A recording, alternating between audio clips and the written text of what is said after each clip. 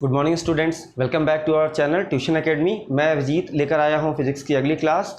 तो पहले हम लोगों ने 3 चैप्टर कंप्लीट कर लिए हैं, ठीक है। अब हम अपना आज नया चैप्टर स्टार्ट करने जा रहे हैं जिसका नाम है कैपेसिटर एंड कैपेसिटेंस, मतलब संधारित्र और धारिता। चैप्टर का नाम क्या है? Capacitor and capacitance.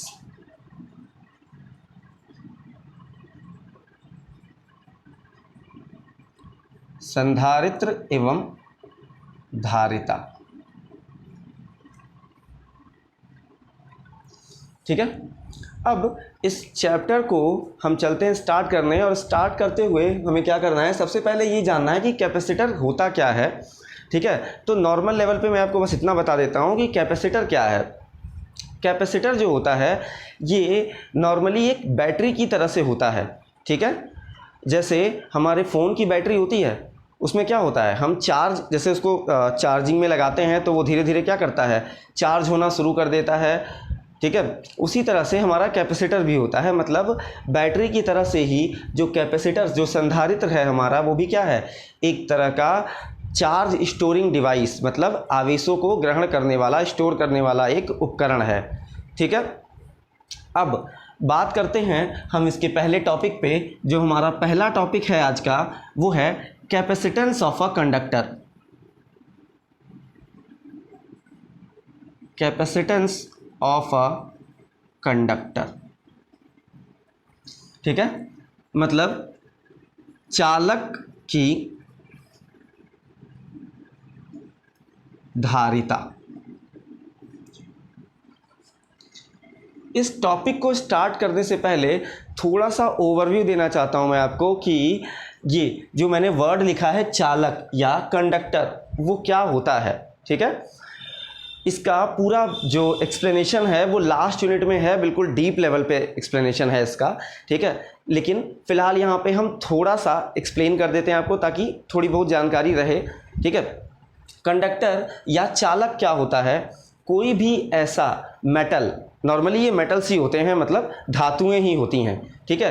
कोई भी ऐसा मेटल जिसकी चालकता क्या हो, बहुत अधिक हो, ठीक है, मतलब जिसमें इलेक्ट्रॉन्स इजीली फ्लो कर सकें, आवेश जो है हमारे आसानी से एक तरफ से दूसरी तरफ आ जा सकें, उसे हम क्या कहते हैं, चालक कहते हैं, ठीक है। क्लियर है। और तो किसी भी चालक की जो धारिता है, मतलब कैपेसिटेंस ऑफ अ कंडक्टर है, उसकी डेफिनेशन देख लेते हैं, ठीक है।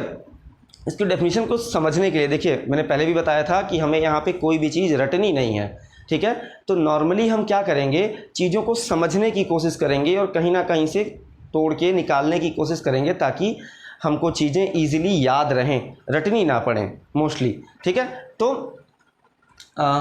कैपेसिटेंस, ठीक है, कैपेसिटेंस कैसे बना होगा, कैपेसिटेंस मतलब धारिता कैसे बनी होगी, ठीक है। अगर इंग्लिश में कहें तो कैपेसिटेंस किससे बना होगा, कैपेसिटी से बना होगा, ठीक है।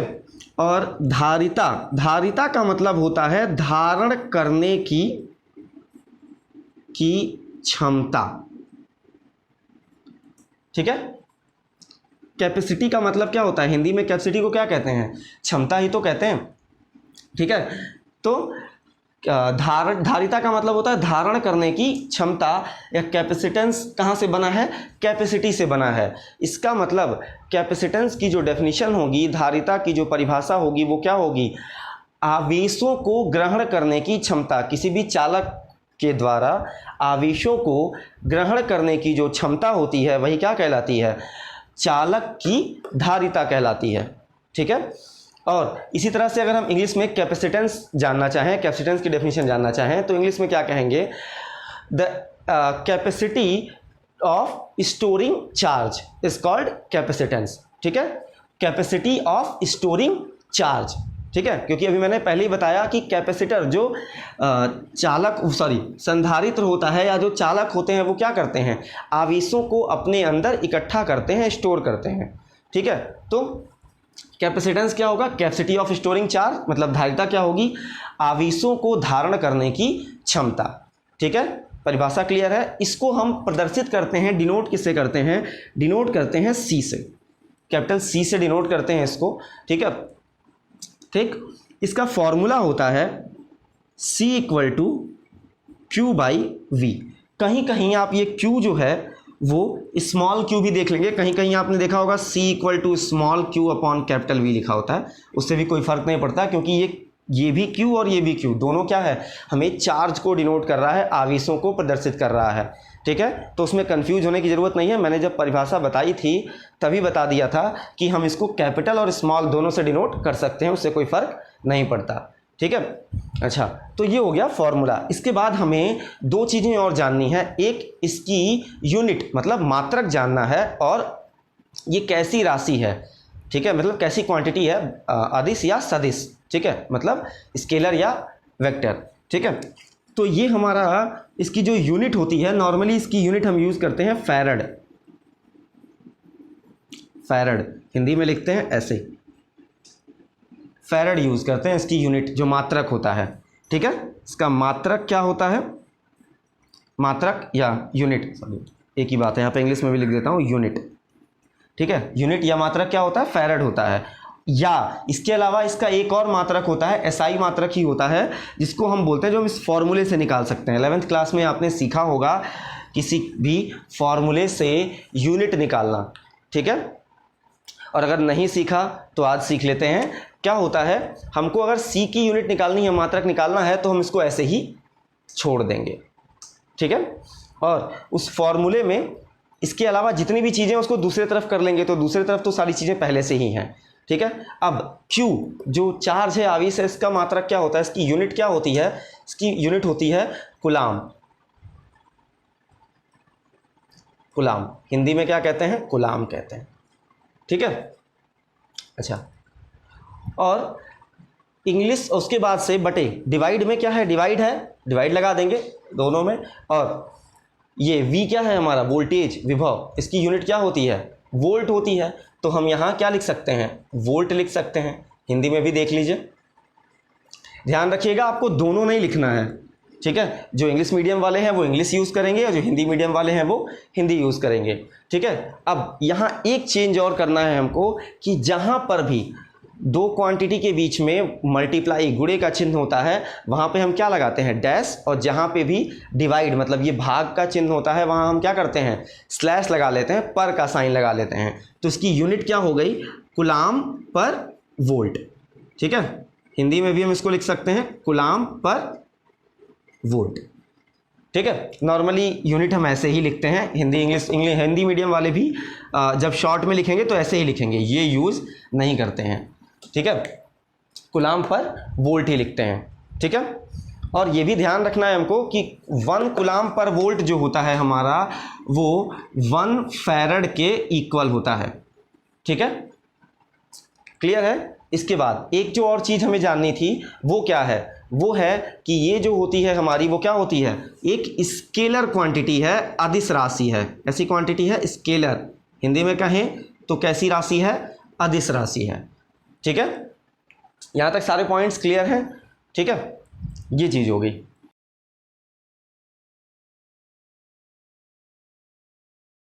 बढ़ते हैं अपने आज के अगले टॉपिक की तरफ।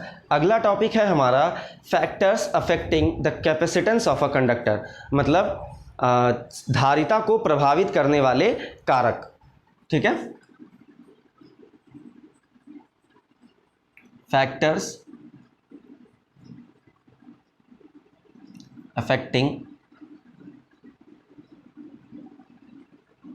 कैपेसिटेंस, ठीक है।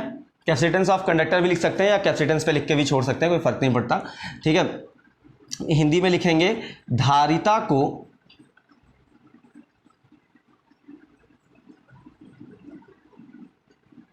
प्रभावित करने वाले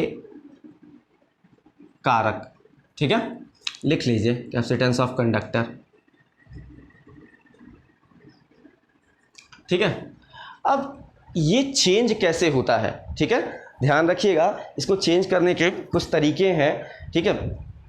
देखिए नॉर्मली जो कैपेसिटेंस, सबसे पहला क्या है हमारा, जो कैपेसिटेंस मतलब धारिता होती है, वो क्या होती है, चालक के क्षेत्रफल के अनुक्रमानुपाती होती है, मतलब एरिया जो होता है, ठीक है, उसकी डायरेक्टली प्रोपोर्शनल होती है, ठीक है। एक ये हो जाएगा, मतलब इसका डायरेक्टली प्रोपोर्शनल का मतलब क्या होता है कि अगर एरिया बढ़ेगा, क्षेत्रफल बढ़ेगा, तो कैपेसिटेंस भी क्या होगी, बढ़ेगी, ठीक है।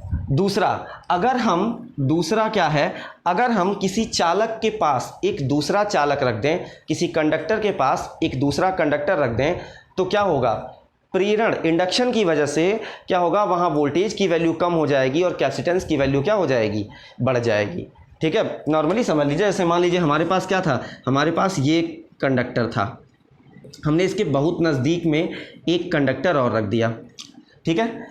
इस पर कुछ चार्ज था, कुछ कैपिटल क्यू, ठीक, और इस पर कोई भी चार्ज नहीं था, कोई आवेश नहीं था।